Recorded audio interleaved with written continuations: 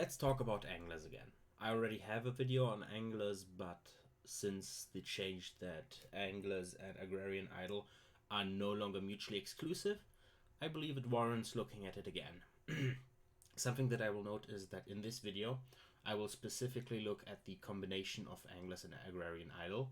However, all my calculations will make sense when regarding just the anglers themselves. Now, let's continue. Little disclaimer. First of all, the whole anglers debate is somewhat basic. Not really. It's not really basic. You get two whole new jobs that do a very nice thing. However, it is quickly explained and it is somewhat rigid. It does not have a lot that needs to be discussed. So this will be a somewhat shorter video. Let's talk about anglers, a job compared. And to fully understand anglers, we first need to talk about trade value. Yes, I already have a video on trade value. I will skip over a lot of this. Be aware that if you are interested in more of this, look at my last video, trade value, habitats, and spiritualists. I will go extensively over trade value there. Don't forget to collect your trade value. Now then, in that video, I came to the conclusion that when looking at technicians and trade value producing pops, they get specific boosts. It is possible or reasonable to get 105% boost in the early game to your technicians. Although note that is when you use the technicians improvement edict, the one that gives plus 50%. On the other hand, if you have a trade value build, you should be getting about 60% trade value from the start, not counting any xenophile bonuses. On the other hand, in the late game, you get about 177% energy boost from technicians. Although, be aware, you have a repeatable there, one that doesn't exist for trade value, while with trade value you get up to 190%. If you really want to maximize this, look at my trade value video. I, for this idea right here, will assume that the boost you get to your technicians and your trade value producers will be the exact same, and that they can be compared by their base output at the early game and late game. That is not precisely correct. However, to give you a rough idea on how powerful your anglers will be, these are the numbers I will go with. Also note, I am assuming that you will be speccing into trade value and doing things that will make your trade value better. Now, one energy produced by a technician, I will count as equivalent to one trade value produced by some other form. And let's talk about trade value conversion. Basic, you get your trade value turned directly into energy. That's nice. You can go with that. Now, there is the idea that you could go into a trade federation and get the sweet extra consumer goods. However, due to this build specifically, consumer goods are not that relevant. So I don't think that going into a trade federation is any good. Something that I will note, however, as a very good idea, potentially, is getting a spiritual federation. It might be hard to get into one, but should you be able to, maybe take the chance and be part of a spiritual federation. Beside that, marketplace of ideas, if you are not as keen on energy credits and want some unity as well, that could definitely be done. Otherwise, you can just use your good old bureaucrats. Now then, something that I will explain real quick is that the Angler Civic replaces your agriculture districts with diver districts. They are probably still called agriculture districts, but I'll just call them diver districts for this. And each diver district gives you one pearl diver job and one angler job. You can see those right here. Small note, the pearl diver job is not correctly represented on the wiki. You can go in-game and check if my numbers are correct, but which is what I did, but those numbers on the wiki are just not correct. To my knowledge, it seems as if the pearl divers were just doubled in their strength, which is very nice. They really needed that. Now, let's just note real quick that, as you can see here, pearl divers are affected by artisan modifiers, and anglers actually affected by farmer modifiers.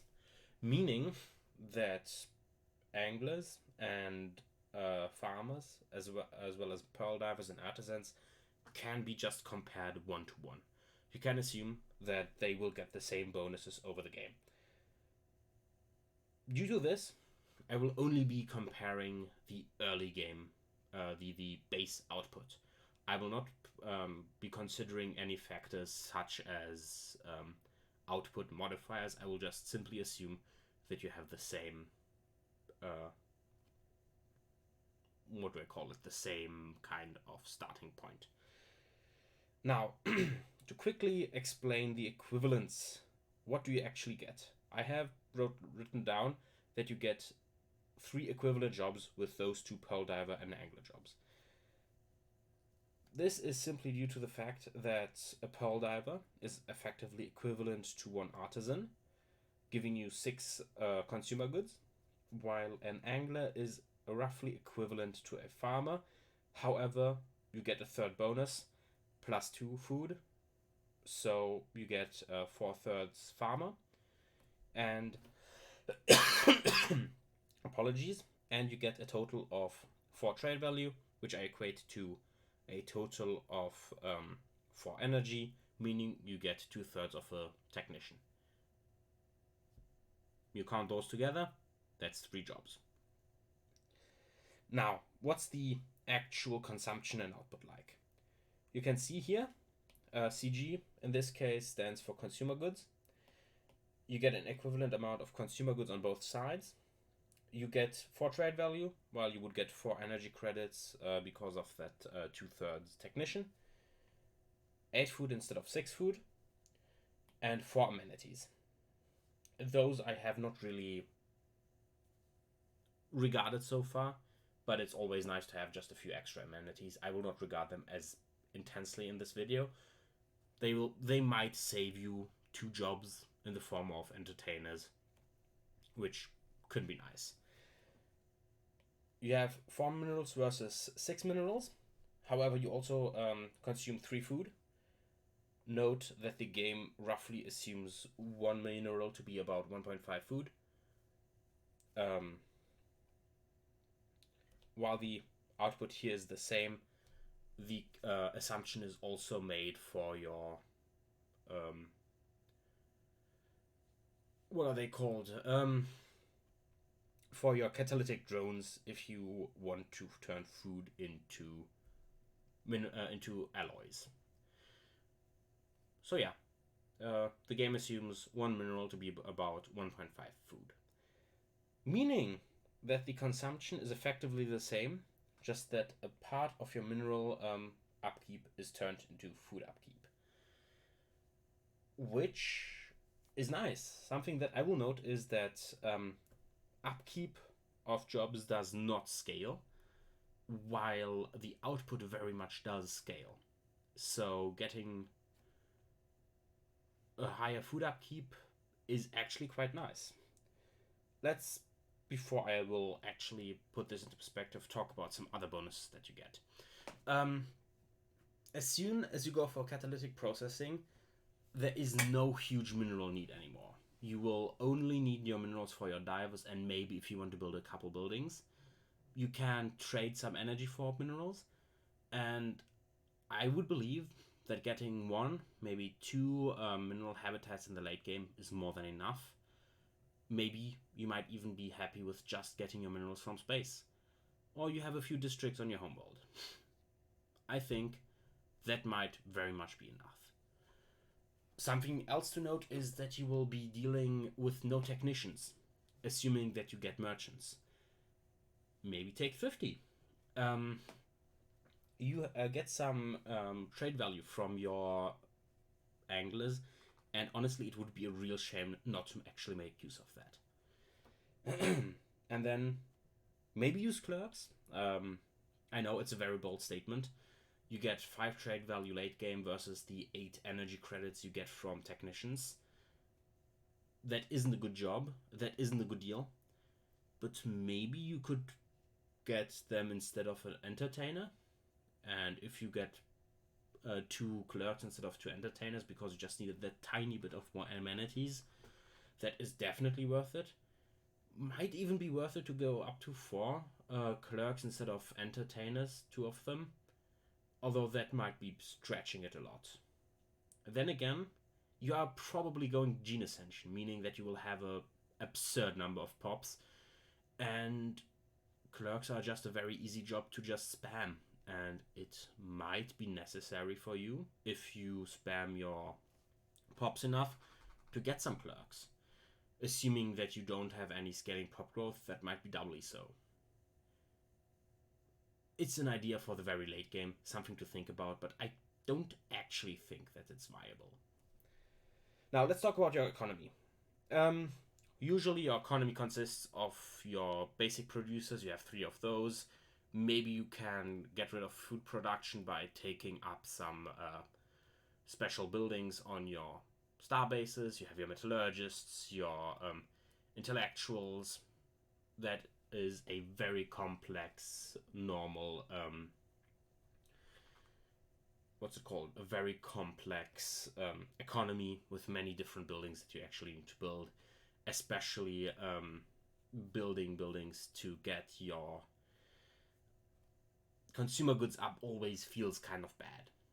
But with this build, you can rely on only your anglers building, only your anglers district,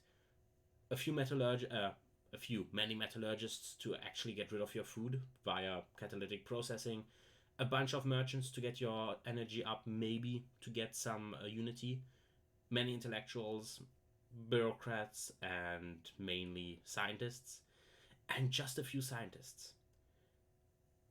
This is a at least somewhat simplified economy when looking at the economy of someone else. You can more or less get entirely rid of miners and technicians. Technicians fully. It might even be worth it to not even research many of the technician improving techs, meaning that you get a slight tech advantage over others in the early game when you don't care about your technician's output. Also, the thing that sets Masterful Crafters above many other civics is the free building slots that you get. That's something you get here as well. So you can have a bunch of scientists on your big worlds, or a bunch of metallurgists. Nah, those less, since they take up districts, but still, it might be a thought to spam some buildings. Especially merchants. You should spam your merchant buildings, since you will get them, since you will go mercantile, because you will go trade value. Now, as previously suggested, you will go for Gene Ascension. That is just something that you will do, because you will have a bunch of food, and Gene Ascension assumes that you have a bunch of food. Because clone vets, each clone vet produces 4.5 energy, 4.5 pop assembly, and each of those clone vets costs 30 food upkeep. Usually, that is very expensive, but for you, someone who produces food out of the wazoo, you'll be easily able to pay for that. And then you can just spam your clone vets. Maybe you even go ahead and make a bunch of habitats only for clone vets and merchants. A couple merchant jobs, a clone vet. That's the whole habitat, not even upgraded. Just spam out those habitats and watch the pops being generated. Now, what are good templates, good picks for your template that you are building? First of all, you definitely want aquatic, since it's locked in at the very beginning. Vet, Crown, and Budding, assuming that you have a couple really big worlds where you pile on your pops to be anglers, to be scientists, to be whatever, those are very good choices. Thrifty, you will be going trade value, so that is very much something that you should 100% do. And then Servile, if you go for the Syncretic Evolution. Machinists, if you have a special world where you want to produce many alloys, it might be sensible to apply a template there. And then Agrarian, Industrious, to get your food output and your mineral output up. Just great picks overall. Now let's talk about a build that I'm having here, or general ideas about the build. First of all, you will need the Angler Civics. That is what we are talking about. And then Agrarian Idle. Your third pick, sadly, you cannot choose yourself. That is going to be Catalytic Processing. You want to get rid of the ungodly amounts of food you will be producing. Although, Catalytic and Processing and Agrarian, those can be picked in either can be picked either way. You can pick your Catalytic Processing first, or your Agrarian Idle first. Note, Anglers is a locked civic, so once you pick it, you cannot unpick it, and once you don't pick it at the start of the game, you can no longer pick it, so pick that up first. And then, you will need to be pacifist in order to get Agrarian Idle. That's the sad part of the build. Meaning that if you don't really like the pacifist playstyle of not doing any aggressive wars, that might be a shame for you, because you will not play this specific build, although you can still liberate others. So yeah, you're not totally locked out from wars, but maybe just focus on your production a bit more. Maybe you can spam out enough pops to make any job but clerks not viable. Who knows? That might be an interesting thing to go for. Now, what bonuses and needs do you have? You really want high trade value output, so going Xenophile might be a good idea. And besides that, you definitely want Gene Ascension, so maybe don't go Materialist or Spiritualist, since they kind of assume you to go for machines or for the Shroud. Going something else might be a good idea. And you cannot really go for Militarist, leaving Xenophile and Xenophobe. Well, you could probably go Xenophobe. You want your trade value. So I would suggest a Fanatic Xenophile, Pacifist, Anglers, Agrarian Idle, Catalytic Processing. You might be able to swap something out there. Maybe instead of Fanatic Xenophile, you want a tiny bit of Materialism, or you want a tiny bit of Spiritualism and then get the Spiritualist Federation. You might want that. I don't think it's a great idea. And then what origins would be good to start with? First of all, Syncretic Evolution will give you some amazing basic workers. You'll love them. They are great. Ocean Paradise, amazing for your late game if you want a big pop farm. It's a great planet. It gives you a great start, but you will be locked out of your guaranteed habitables. It might be an interesting pick. I might not pick it. I'll be honest with you. Necrophage gives you worse trade value as you cannot be a Xenophile with it, and it lacks any really special synergies that you could not get with a Syncretic Evolution.